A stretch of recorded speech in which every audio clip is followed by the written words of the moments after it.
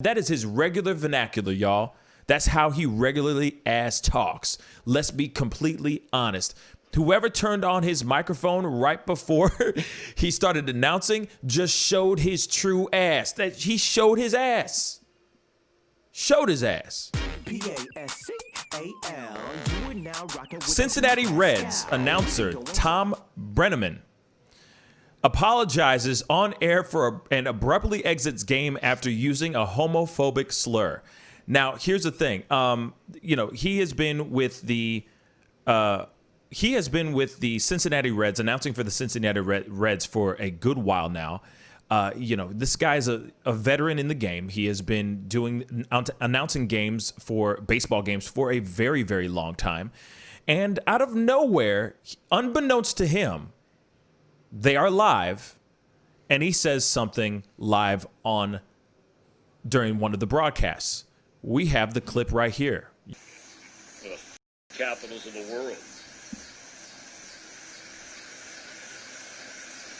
Reds Live, the pregame show presented by...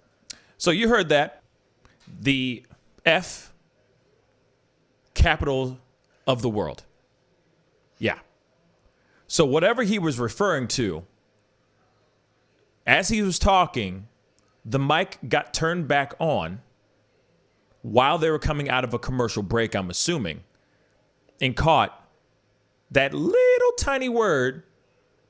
That little tiny word that has huge, it has a huge percussive sound. Let's just say that. Live on TV for the rest of the world to hear.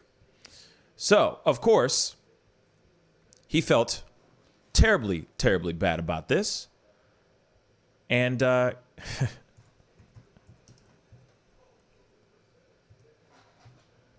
he ended up apologizing for this. So we're gonna throw up the apology too, because y'all need to hear this one too. It's very interesting.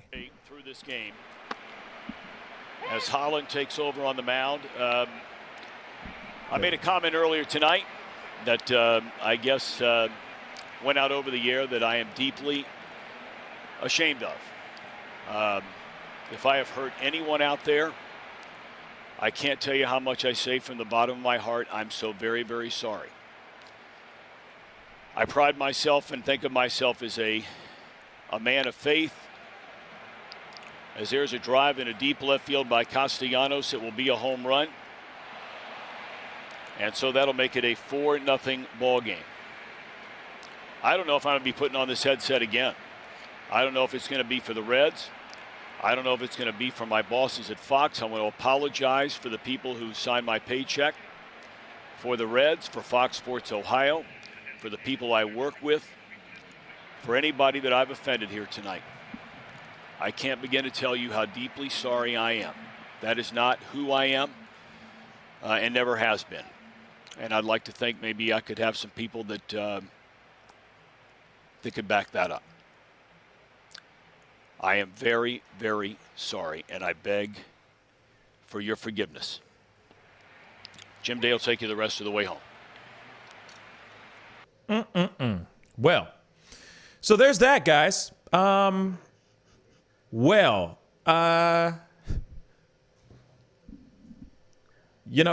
it is. The word insincere. Yeah, I was gonna say, there's like insincere, but then it's like, here it is. Here it is, man.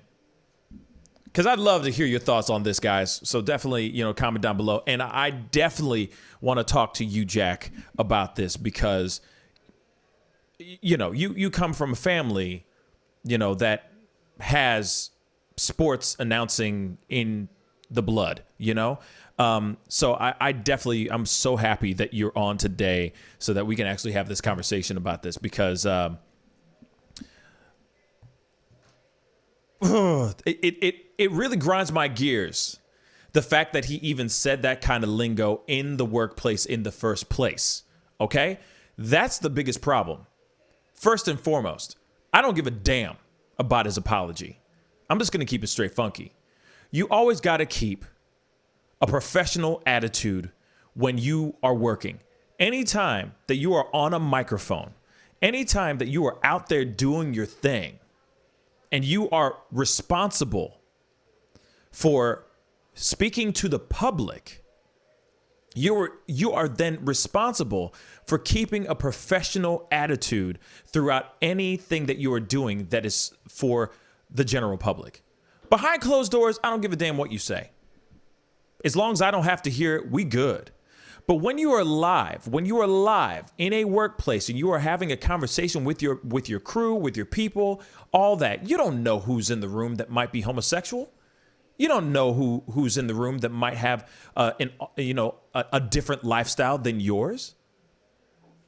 Where he made the mistake was saying that stuff in the first place. And you know for a fact he says this normally anywhere else. But of course, when he's on the phone, when he's on the mic, he's like, well, this is the blah, blah, blah, and Cincinnati Reds, you know what I'm saying? And he's in his announcer broadcast voice persona.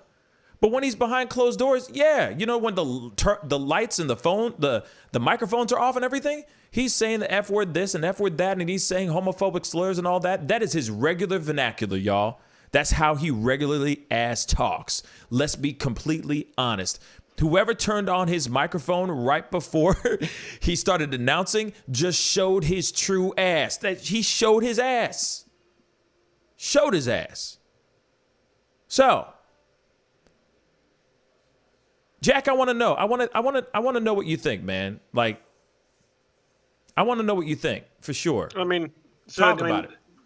I've been up in the broadcasting booth and everything like that, and when you're up there, it's just people working. You have a couple of different people in different rooms. You have a couple other reporters that are sitting there and taking notes. You got maybe occasionally a couple of guests that might be going around into the different broadcast booths to meet the announcers or things like that.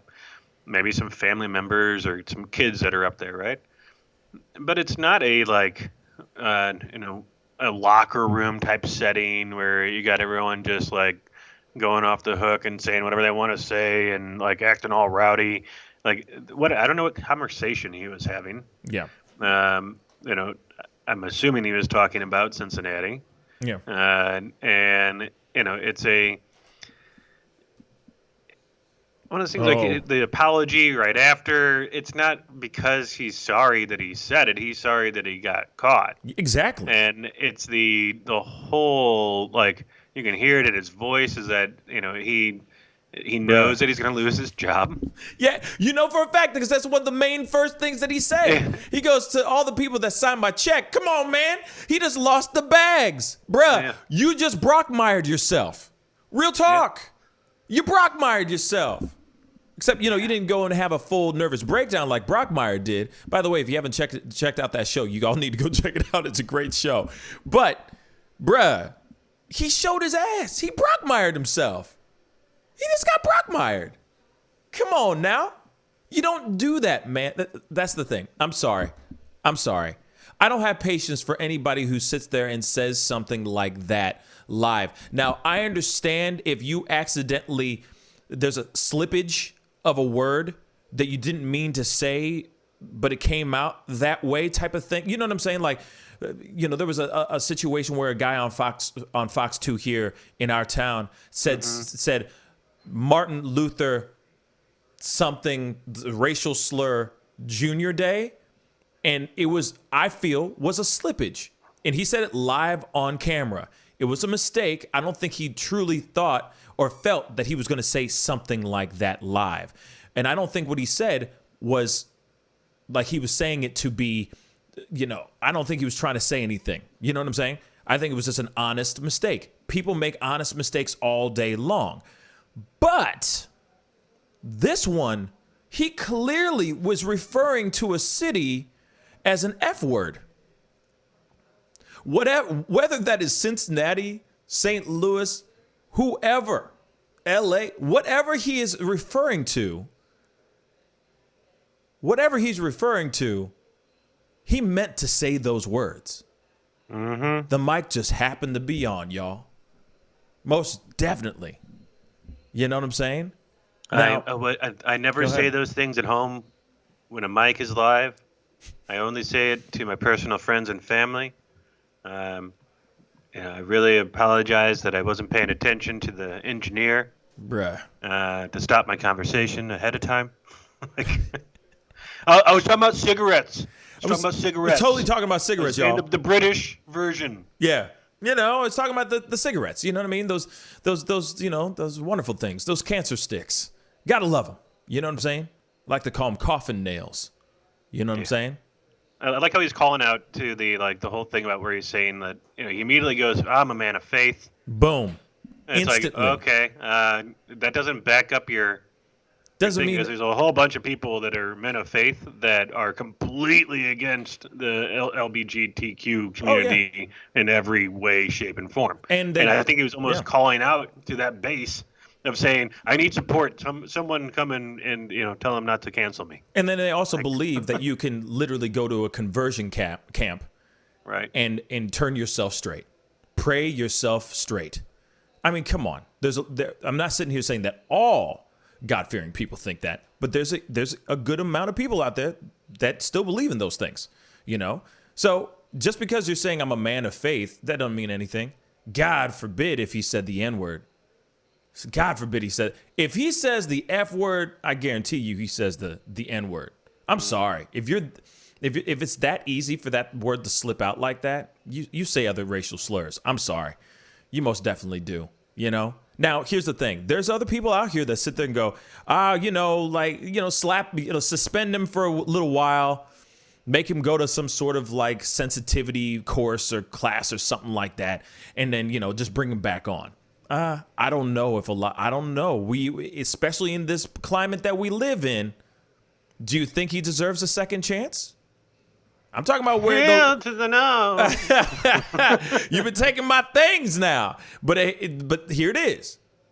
That's the question I ask you guys. Comment down below. Let me know what you think. Because do you think he deserves a second chance? Or is it a hell to the no? He does not deserve one at all. That's what I'd like to know. Because a lot of people think, hey, just let him, it was a mistake. It was, he thought he was offline. He thought he wasn't live. And he was talking amongst his peers. But then it's like, could there be a toxic environment over there? For you to sit there and think that you have the right to say that just because you've been announcing for the Cincinnati Reds for that long? That means you're that comfortable to say whatever you want like that? Right. Like amongst the people that you work with? I don't know. I don't think that is a good look. Long story short.